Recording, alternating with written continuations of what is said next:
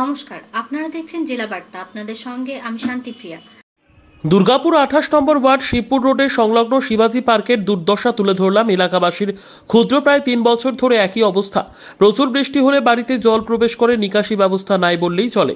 তারা যেমন অভিযোগ জানাচ্ছেন, বড় বড় ফ্ল্যাট নির্মাণ হচ্ছে কিন্তু নিকাশি ব্যবস্থার ধ্যান দেওয়া হচ্ছে না, সেই কারণেই এই দুর্ভোগ। 28 নম্বর ওয়ার্ড মুচিপাড়া, দুর্গাপুর 12, এখানে বাস করি। আমরা অনেক দুর্ভোগের মধ্যে বাস করছি। আমাদের জল নিকাশি ব্যবস্থা নাই ভালো, জল সব ডুবে যাচ্ছে। আর সমস্ত বড় বড় ফ্ল্যাট হচ্ছে, তারা সমস্ত নিকাশি ব্যবস্থাকে একবারে করে দিয়েছে, অকেজো করে দিয়েছে, যার ফলে আমরা খুব দুর্ভোগের মধ্যে বাস করছি। আমাদের ছেলেমেয়েরা হাঁটতে পারছে না। আমাদের কীভাবে যে আমরা জীবনযাপন করছি, পুরো আমাদের ঘর জলে জলাময় হয়ে গেছে।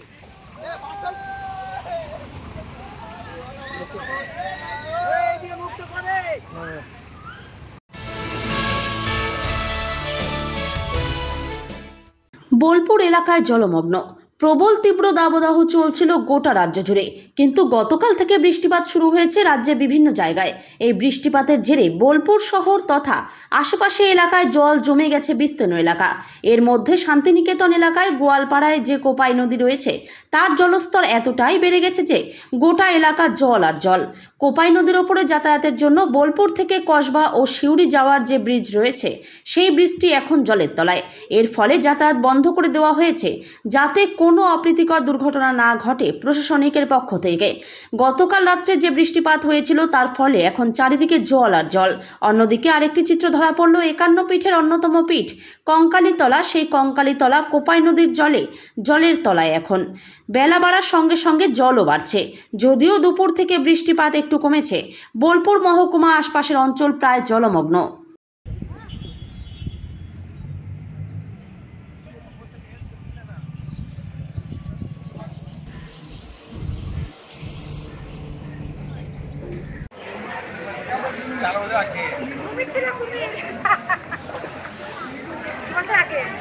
আমাকে তুলে নাও, ভালো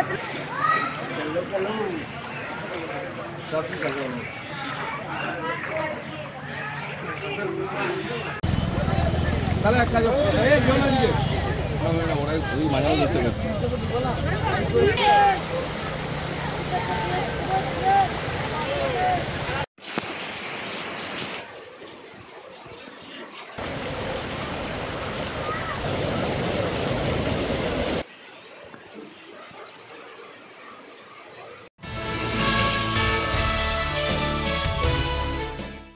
একটানা অঝোর বৃষ্টিতে জলের তলায় বীরভূমের দুবরাজপুর ব্লকের অন্তর্গত বক্রেশ্বর নদীর ওপর বক্রেশ্বর পর্যটন কেন্দ্রের বক্রেশ্বরের অস্থায়ী ব্রিজ। সমস্যায় পারাপারকারী যাত্রী ও যানবাহন। স্বভাবতই ব্রিজের দুই পাশে অনেক যানবাহন দীর্ঘক্ষণ দাঁড়িয়ে। সিউড়ি থেকে দুবরাজপুর ও রাজনগর থেকে বোলপুর এবং আসানসোল যাওয়ার ভায়া বক্রেশ্বরের এই অস্থায়ী ব্রিজটি জলের তলায় চলে যাওয়ায় যোগাযোগ ব্যবস্থা সম্পূর্ণ বিচ্ছিন্ন হয়ে পড়েছে। আজ বলুন, কোথা দিয়ে কোথায় যাচ্ছেন? এবং এসে আমরা এই দুবরাজপুর থেকে সিউড়ি যাচ্ছিলাম। যেতে গিয়ে এখানে দেখছি যে রাস্তায় যা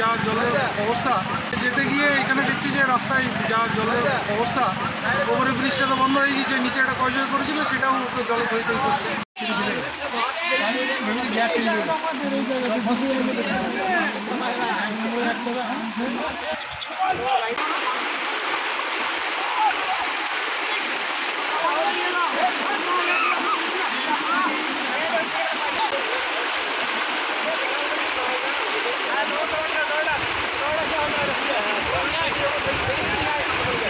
সোমনাথ দে রিপোর্ট, ভয় টিভি, বক্রেশ্বর।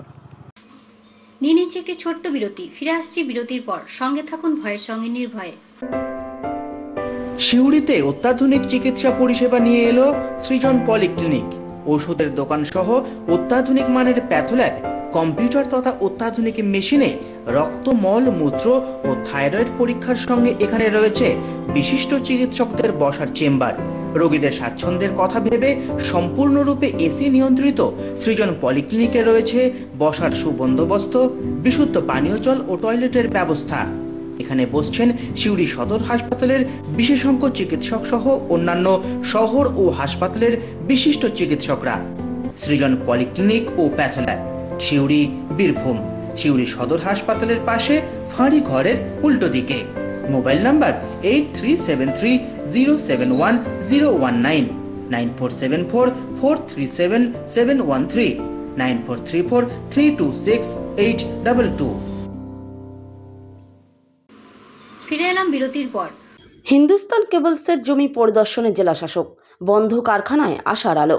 জেলাশাসকের পরিদর্শনের পর নতুন শিল্প আসছে বলে আশা জাগিয়ে সাধারণ মানুষের মধ্যে। হিন্দুস্তান কেবলসের জমি পরিদর্শনে আসেন পশ্চিম বর্ধমান জেলার জেলাশাসক এস পন্নাম্বলম। তার সঙ্গে উপস্থিত ছিলেন ভূমি দপ্তরের অতিরিক্ত জেলাশাসক, সালপুর ব্লক সমষ্টি উন্নয়ন আধিকারিক ও সালানপুর ব্লক ভূমি ও ভূমি রাজস্ব আধিকারিক। তারা এদিন প্রথমে হিন্দুস্তান কেবলসের প্রশাসনিক ভবনে আসেন, তারপর সেখান থেকে লোয়ার কেশিয়া ছাতিমতলা দিকটি পরিদর্শন করেন।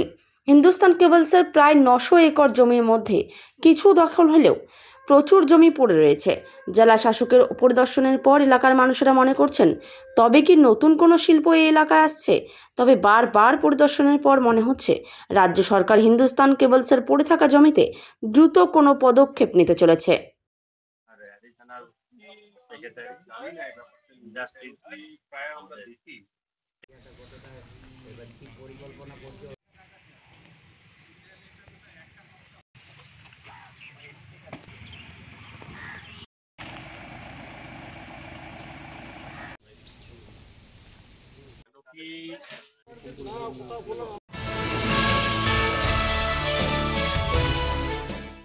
এই প্রথম ফুটপাত দখল মুক্ত করতে জবরদখলকারীদের ফুটপাত ছাড়তে অভিযান করলো ইলামবাজার পঞ্চায়েত সমিতি ও পিডব্লিউডি আধিকারিক। এদিন ইলামবাজার পঞ্চায়েত সমিতির পক্ষ থেকে হকারদের ও ফুটপাত দখল করে যারা ব্যবসা করছেন তাদের দ্রুত দখল মুক্ত করা হয়। ইলামবাজার পঞ্চায়েত সমিতির পক্ষ থেকে একাধিকবার অ্যানাউন্সমেন্ট করা হয় দোকানদারদের এবং নোটিশ দেওয়া হয়েছে ফুটপাত দখলকারীদের। দোকানদাররা নিজেরাই তাদের দোকান ভেঙে দিয়েছেন বলে এমনটা জানা যায়। তবে বাকি রয়েছে শুধু সেইগুলিকে আজ জেসিপি দিয়ে ভাঙা হচ্ছে বা পরিষ্কার করা হচ্ছে। ফুটপাত মুক্ত বিষয়ে কড়া নির্দেশ জারি করেন, কড়া নির্দেশিকা দেওয়া হয়েছিল কয়েকদিন আগে। পুলিশ প্রশাসনকে সাথে নিয়ে কথা বললেন স্থানীয় ব্যবসায়ী সহ ফুটপাত দখল করে যারা ব্যবসা করেছিল তাদেরকে সম্পূর্ণরূপে ফুটপাত মুক্ত করা হলো। প্রসঙ্গত রাজ্যের মুখ্যমন্ত্রীর নির্দেশে রাজ্য জুড়ে চলছে অবৈধ দখলদারি ফুটপাত মুক্ত উচ্ছেদ অভিযান। দেখা যাচ্ছে জায়গায় জবরদখল করে চলছে অস্থায়ী দোকানদারি ও ব্যবসা করত। রাস্তা সহ সরকারি বিভিন্ন জায়গায় ও সরকারি দপ্তর সংলগ্ন এলাকায় গজে উঠেছে গুমটি দোকান। সেই জায়গায় সরকারি ফুটপাত দখল করে ইলামবাজার ব্লকের বিভিন্ন এলাকায় চলছে বিভিন্ন ব্যবসা ও বসেছে দোকানপাট। ইলামবাজার পঞ্চায়েত সমিতির পক্ষ থেকে পিডব্লিউডি জায়গায় এমনকি মাফ করা হয়। তারপরেই শুরু হয় ফুটপাত দখল মুক্ত অভিযান। সাধারণ মানুষের এমনটাই দাবি করছেন, সরকার যদি পুনর্বাসনের জন্য কিছু ব্যবস্থা করেন তাহলে আমরা খেয়ে পড়ে বাঁচতে পারি।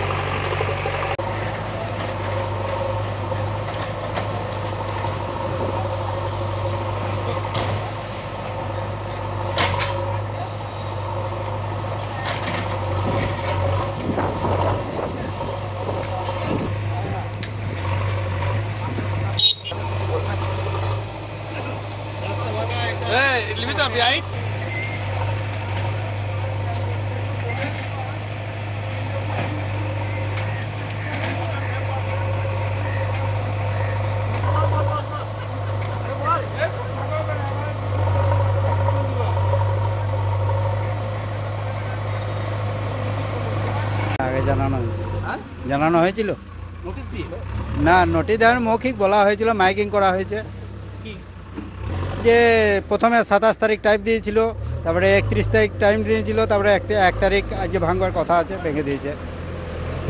নিশ্চয়ই কোনো প্রয়োজন আছে রাস্তার কাছে। কী ভাববো আমরা সাধারণ গরিব মানুষ, এখন কোথায় যাব কি করব জানি না। আমাদের দাবি পুনর্বাসন হলে ভালো হয়। যৌথ উদ্যোগে পিডব্লিউডির ওপরে যে সমস্ত দোকান এবং বাড়ি ছিল সে সমস্তগুলিকে আগে নোটিশ দিয়ে জানানো হয়েছে এবং তারা অনেকেই নিজেরা দোকান নিজেরাই ভেঙে দিয়েছিল এবং যেগুলো বাকি ছিল কিছু অবশিষ্ট সে অংশগুলির প্রশাসন এবং পিডব্লিউডি এসে আজকে সেগুলি জেসিপি দিয়ে আবার পুনরায় ভেঙে রাস্তা আরও পুরোপুরি চওড়া করার জন্য ভেঙে ফেলা হচ্ছে।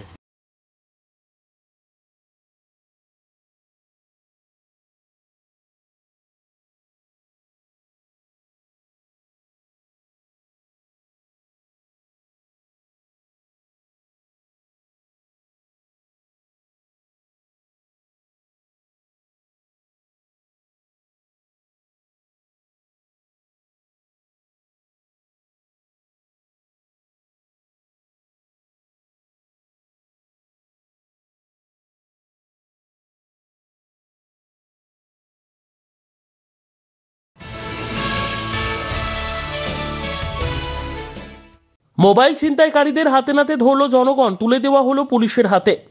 রাস্তাঘাটে চলাফেরা করার সময় হঠাৎই মোবাইল ছিনতাই করে নিয়ে চলে যাচ্ছে যুবকদের দল। সারা পশ্চিম মেদিনীপুর জেলা জুড়ে এই ধরনের ঘটনা প্রায়শই কানে আসছে। এবারে সেই মোবাইল ছিনতাইকারীদের হাতে নাতে ধরল সাধারণ মানুষ। মোবাইল ছিনতাইয়ের ঘটনায় 2 ব্যক্তিকে আটক করল বেলদা থানার পুলিশ। ঘটনাটি ঘটেছে বৃহস্পতিবার রাতে পশ্চিম মেদিনীপুর জেলার বেলদা থানার অন্তর্গত সরিষা এলাকায়। স্থানীয় পুলিশ সূত্রে জানা গিয়েছে, দিন রাতে ফোনে কথা বলতে বলতে সাইকেল নিয়ে বাড়ি ফেরার পথে সরিষা এলাকায় মোটর বাইকে থাকা 2 ব্যক্তি তার মোবাইল ছিনতাই করবার চেষ্টা করে। এরপর ওই ব্যক্তির স্থানীয় লোকজনকে চিৎকার করে বিষয়টি জানালে ধৃত 2 ব্যক্তিকে ধরে ফেলে স্থানীয় এলাকার মানুষজন। খবর দেওয়া হয় বেলদা থানার পুলিশে। বেলদা থানার পুলিশ খবর পেয়ে ঘটনাস্থলে গিয়ে 2 ব্যক্তিকেই আটক করে। রাতের অন্ধকারে চুরির ঘটনায় যথেষ্ট চাঞ্চল্য ছড়ায় এলাকায়। থানায় নিয়ে গিয়ে জিজ্ঞাসাবাদ করে জানার চেষ্টা হচ্ছে আর কে যুক্ত রয়েছে এই ধরনের কাজের সাথে। তবে আগামী দিনে এই ধরনের ঘটনা যাতে না ঘটে সে বিষয়ে এলাকার সাধারণ মানুষকে আশ্বস্ত করেছে পুলিশ। শিল্পী